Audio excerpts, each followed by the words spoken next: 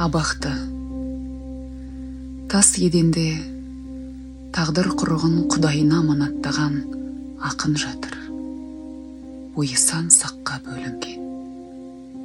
Халқым деп ғазиз басын тау тасқа соққан ақынның бар ойы тұран халқының бірлігі мен тұтастығы еді. Егер осы түрмеден шығатын болсам, Стамбулға барып Мұстафа Кемалмен кездесем деп жоспарлады.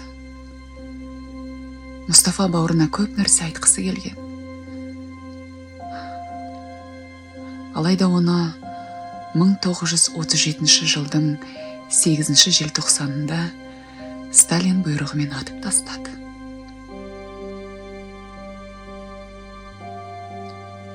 Алпыс 4 жасында өлім құшқан Ахмет Баку съезіне қатысқан басқа да ғалымдардың өлгенін естімеген еді. Баку съезіне қатысып, халықтың рухын көтерген ғалымдардың мақсат мұратын қасақана құртып, бүкіл түркі тілдес халықтарды бір-бірінен ажыратып бөліп тастады.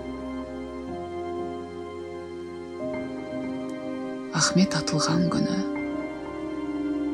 Қорқыт атаның қобызы күңіреніп, күн тұтылып, айналаны қараңғылық тұмшалады. Алаш ағартушысын сайын далады, табиғатты қосылып жоқтады.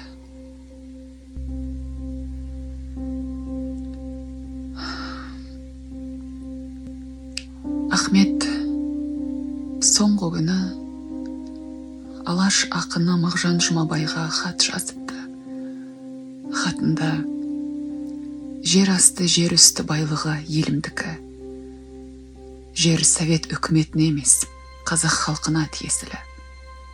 Аманатым жеріміз бен тіліміз. Тіл өмір сүрсе, халық та өмір сүреді.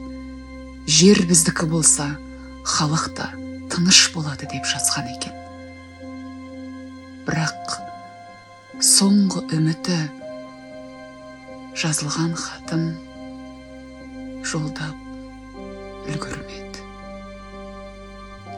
Жолданбаған хат.